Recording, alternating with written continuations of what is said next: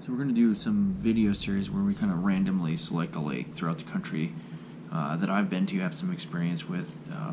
For beginners, whether you're going there to, just fish for fun or tournament fish or whatever the case may be. So we'll do, here every so often I'll throw one of these on here. So right now we're going to do Table Rock Lake. I've actually had this last year. I've had quite a bit of experience on there, and I've learned a lot. And if you're a local there or whatnot, this probably doesn't pertain to you, and you probably think I'm just crazy on a lot of this, and because you know all the little intricacies of that lake, and probably its proximity to where you live. If you're a local, you probably fish that lake quite often. Well, anyway, so this is for the beginner, the guy that's kind of researching tournament information, and he's never really been there. His experience is limited.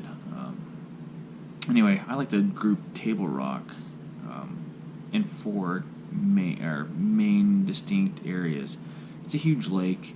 You couldn't possibly fish everything within a reasonable period of time, so I'd like to break it down, and I'm going to use, there's other ramps on there that a lot of locals will use, but for us we're going to go with the major ones. And if we take a look at this, I'm going to show you a map on my computer, and then we'll go over that. So I break it up into four sections.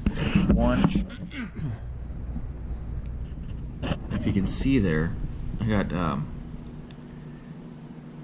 Shell Knob, which I consider that, that's the White River region. And I take that all the way to a little area over here, this little deal here, or actually, usually this, I still consider this is White River until you get over here. This is called Wolfpin Hollow. All the way to here, everything west is kind of,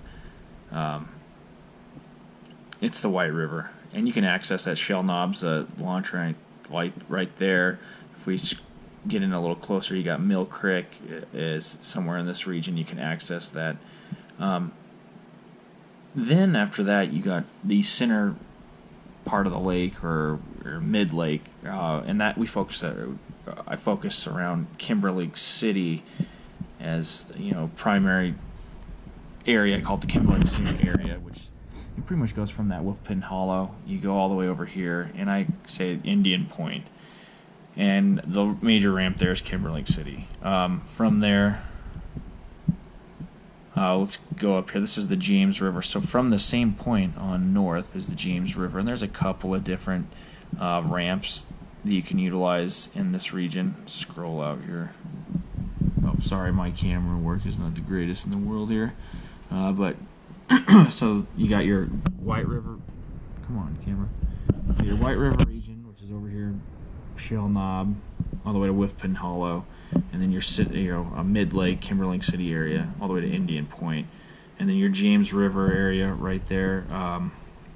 Cape Fair is a big ramp, and there's also another one here which I can't remember the name off the top of my head. Then you have your lower lake. The lower lake centers major ramps or main, which you got this huge area right here where that's main ramp, and then down here you're going to have Long Creek, and that's the Bass Pro Shops ramp, which the public can use as well. But any part of this area can win a tournament. I found even if you look at the history, there's a lot of tournaments won throughout the lake. In the mid part of the year, it could be anywhere from Kimberlake City, typically that area, especially slightly east of Kimberlake City, between that and Indian Point, and up the James. And then sometimes down here, the Baxter area, which is kind of on the white, it's down here, that's won some tournaments. Now, if it's me and I haven't had a lot of experience in there, or you just want to catch a lot of fish and it's this time of year, springtime, I like to focus on the James. Got a lot of trial and error. And this area of the lake is the easiest portion to find fish, to figure out what they're doing. There's a couple of reasons here. We'll switch to this satellite version and I'll show you. There's a timber all over this lake, flooded timber everywhere. So what you end up having to find is the different type of rock structures, channel swings, transitional points, and more importantly, the bait.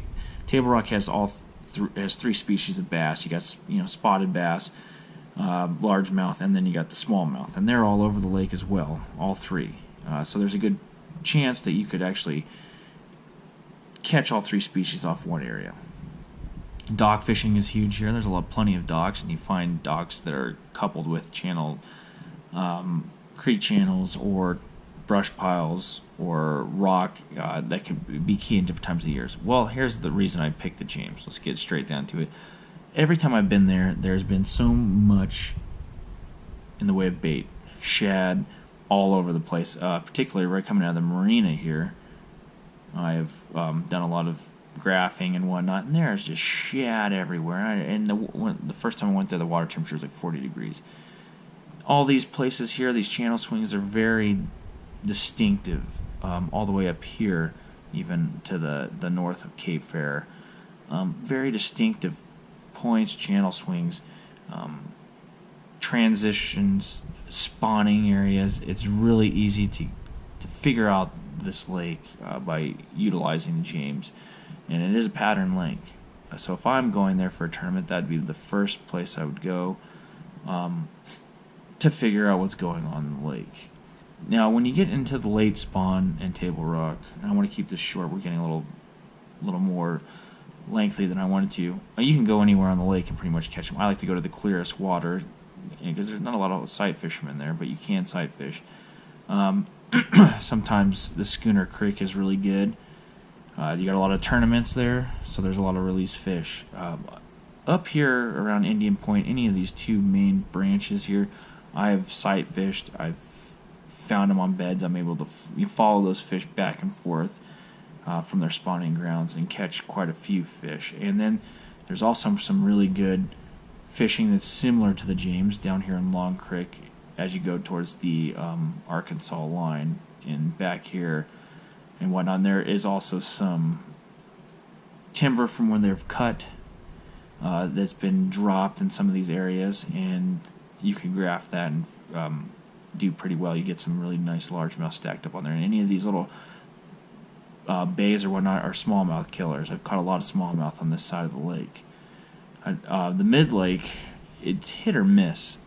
Of course, the bridge piles, you can always catch fish on there in this lake, finding the right docks. Some of these coves or these creeks right like here on the west side of Kimberley City, there's a lot of bait there too, but it's more nomadic than you find in the James. You get a lot of spotted bass if you look at some of the tournament history. Some of the tournaments have been won in here by some of the larger elite pros. I believe it was in the Central Open where McClellan won. Around here in Wolfpin Hollow, which is also a good place as well. Some of them are community holes, but like I said, you can find some really good areas, especially up the James. But the lake is very intimidating when you first come to there because a lot of it looks very similar. A lot of flooded timber, a lot of the same kind of rock banks. Basically, in this lake, you need to find bait. You need to find whether it be clear water or even off-colored water, depending on what you're doing. Off-colored water seems like this last spring to really hold the largemouth in the James. The water temperature is always a couple degrees warmer. It seemed like it pushed the fish super shallow. It was really easy to find them and to get on a pattern. Some of the baits, and we're going to end this because we're getting really deep into this. When you go to Table Rock, you'll find the locals fish some couple of different crankbaits, wiggleworts, rock crawlers,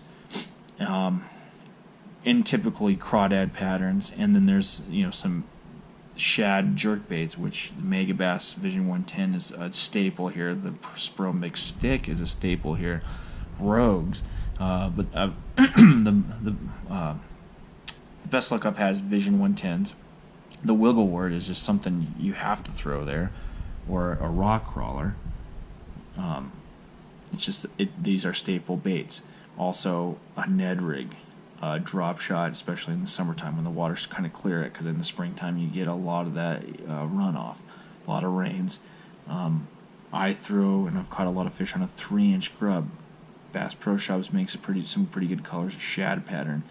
When you're in cold water in the late summer, spoons and Rapala jigging, those ice jigging baits are excellent, because if you need to learn how to use a graph. This is an excellent lake. And if you don't need to use a graph and you're going to a tournament, you need to get spooled up on your graph, because there's a chances being there's going to be some deep fish. It seems like there's always some deep fish in Table Rock with some bait, and you can catch them on spoons and whatnot. A jig, it seems to be a very big staple, and some kind of like PB&J color. There's some crawfish in here that have a blue tinge to them, and then there's some the green pumpkins. A tube is also a good lure here. But if I had to go in there, your wiggle wart, a grub, and if you can fish an umbrella rig, fish an umbrella rig. Some kind of grub or a small swim bait, and then that spoon, and then have a good graph or know how to utilize your graph. If you don't, then I'd say run the James, and I'd do that anyway. But if I was less proficient on that, I would go up there, because then these creek arms or the white or in the backstays are more conducive to shallow water angling. Anyway, that is a simple breakdown of Table Rock.